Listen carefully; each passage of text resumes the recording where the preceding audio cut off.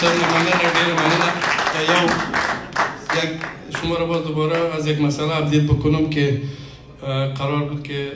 رئیس جمهور با شما وصل شد از طریق اسکایپ. فکر کنم که در آخرین لحظه روی مصروفیت‌هایشان پیام خود فرستادن برای دفعتاً که توسط کمیته نظارت تصمیم گرفته شد که پیام توسط احمد یوسف به شما خوانده شود. پیشتر چند دقیقه پیش رسیده، ولی قبل از او ما با آقای مارد چون وعده آمادگی گفته بودم اینا تشریف بیارن، بعد از او پیام رئیس جمهور با شما خوانده میشه. دوستای دیگه که ثبت نام کرده و نوبتشان است که منتظر باشن، دکتر صاحب اکمل است، محترم احمد جان کاکر است، طاهر جان ساپیست، پاچا کاموال صاحب است، شمسور فیض، دکتر صاحب ستانگزی، فریدون سعادت، ریاضی افغان، اینا منتظر صحبتشون باشن. دکتر صاحب مارج.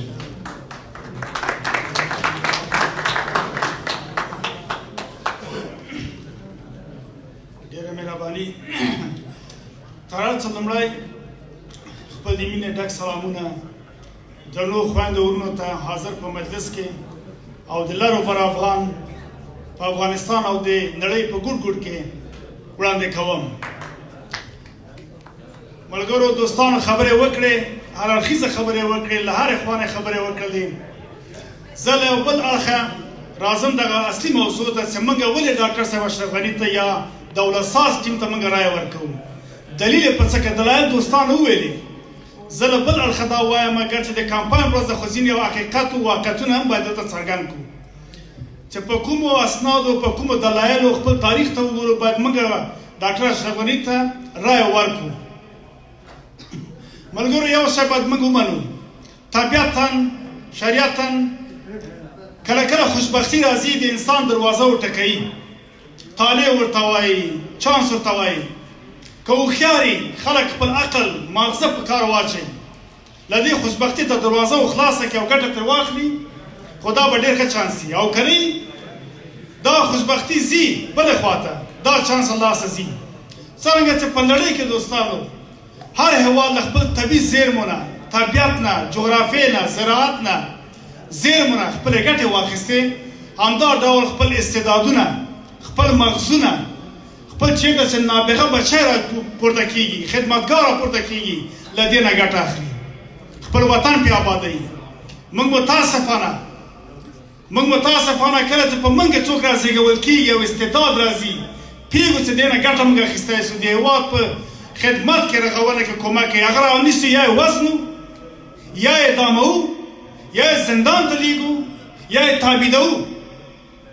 او یا یې په زجر باندې وزنو. دا کار موږ کړی. دغه یوه وجه ده چې نړۍ پرمختللې ده او افغانستان تر اوسه پورې خوار و زار پاتې ده. دغه 15,000 کاله تاریخ به پرېږدو، ځکه هغه وختو کې موږ د خپل دولتونه نه درلودل. یو 200 کاله غوریانو وخت موږ حکومت کړی او 300 کاله پښتنو، لودینو، غلزایانو د حکومتونه کړي چې پایتخت یې ډیلی و. نور خو نور راغلي په موږ باندې. خو په دغه وخت کې که تاسو تاریخ ته وګورئ، ابو علي سینا موږ وتښتاوه. ابو علي سینا د سلطان محمود غزنوي احضاریه ورکړه چې راس هغه نه راته، مجبور یې کړ وتښتېد. ایران، ترکیې او نور هېوادونو نه استفاده وکړه. موږ د نوم نه باندې افتخار کوو، موږ ګټه ترې وانه اخیسته. مولانا جلال الدین بلخي هغه موږ وتښتاوه، خبره تر رومه پورې لاړه، ایران ته او ترکیې ته او نور جو استفادې ګټې ترې وکړلې. موږ څه ترې ګټه ونه کړله. امیر شیر علي نوایي و نه پوهېږم څوک ابوریحان بیروني خو هم له بامه راخطا کړه په جالو کې. رابعه بلخي د یوه اظهار د عشق لپاره چې خپل ورور او پلار ته ویل زه له فلاني سره غواړم واده وکړم، 14 کاله په کور کې نظربنده سوه. ده بعض اثار چې دي په کور کې لیکلي دي، له مېړه نه هم پاتې سوه. په جای دې چې نازولی وای، په هغه زمان کې موږ خپلو خویندو ته استعدادو ته رشد ورکړی وای، ترقي هغه هم هغه کړ. وخت مې فکر ده خوشحال خان خټک خبره خو بلکل چا نه منله، کور په کور ګرځېده، چا خبر نه منله. رحمان بابا خو ملنګ و، د موږ یو ستر پیاوړی صوفي شاعر ملنګ و، د ونې لاندې ناست په ازرخانو کې، قدر یې نه و. خو خیر په هر صورت موږ به راز د اوسني معاصر تاریخ د تکیان له وخته را شروع شوی ده چې موږ افغانستان جوړ کړی ده. د میرویس نیکه له وخته د شیر رسول له جرګې نه چې احمدشاه بابا چې وخت یو دوست یاده کړه دا رښتیا وایي موږ تقریبا څه کم 300 کاله مخکې په دنیا کې په ډیموکراسۍ پاچا راوستلی ده په هغه وخت کې پاچا په توګه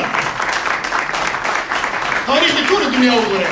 پاچا په توګه راغلی ده په لښکر راغلی ده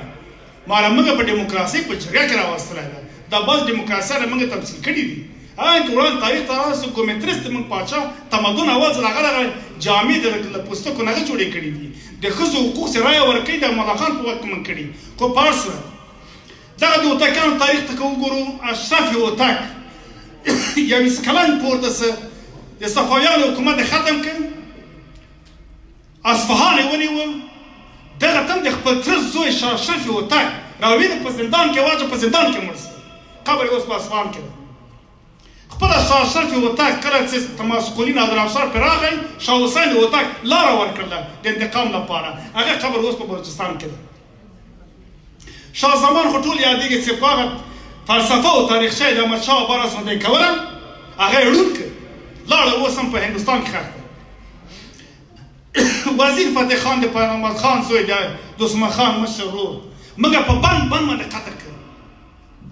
بند باندې قتل کړ ټول وجود یې اخ ونه کړ لاړه اوس هغه په غزني کې ښخ دی وزیر اکبر خان ته هم 2 وارې زار ورکړي په 2 واره دی مړ شو د شرق ستر نابغه سید جمال الدین افغان چې د ازادۍ درسونه او جنبشونه په هند کې راپورته کول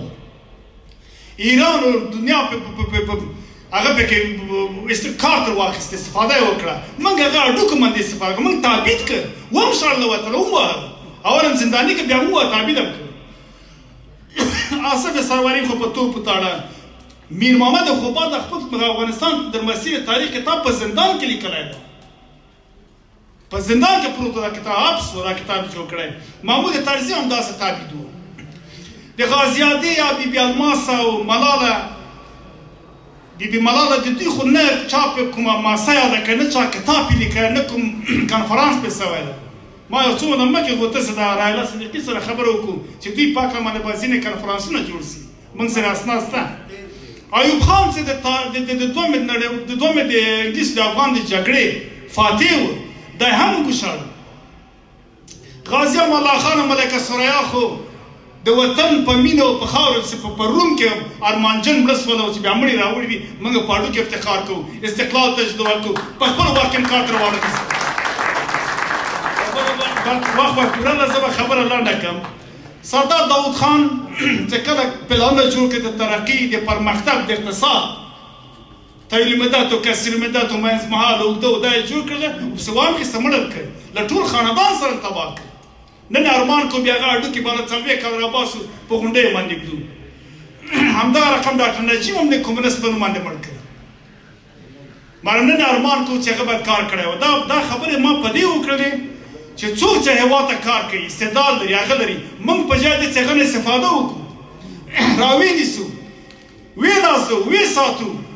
موږ هغه غندو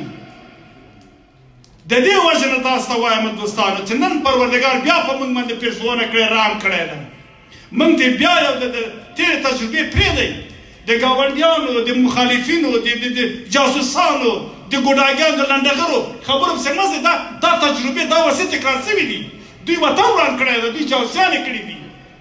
دوی د موږ په وینو باندې بلډینګونه جوړ کړي که هر څوک دي خبره په دې کې ده چې موږ باید هغه چا ته رایه ورکړو که چېرې تاسې رښتیا افغانستان غواړئ د افغان نوم غواړئ د افغان دروندوالی غواړئ ګورئ او پاسپورټ ته موږ چاته د افغان پاسپورټ ته چا درناوی نه کوو د افغان دروندوالی غواړئ د افغان عزت غواړئ اعتبار غواړئ که تاسې پیاوړی اقتصاد غواړئ که تاسې سوداګري ښې اړیکې غواړئ که خپلو اوبو معدنونو مالکیت غواړئ چې د خپلو اوبو د شتمنیو مالک سئ په نړۍ کې افغانستان سیال غواړئ ډیپلوماتیک ښې اړیکې د سیال په صفت غواړي داسې نه چې کودن بې سواده سړی لاړ سفیر سي او هلته یو د اول سکرتر دوم سکرتر په هغه باندې پټکي وکړي که تاسې رښتیا دا غواړئ خپلواکي غواړئ تعصب کول غواړئ نو بنان په دغو تاریخو تجربو په دې دایره باندې ولسمشر ډاکټر صاحب اشرف غني ته خپله رایه ورکړي یو شعار ورکوم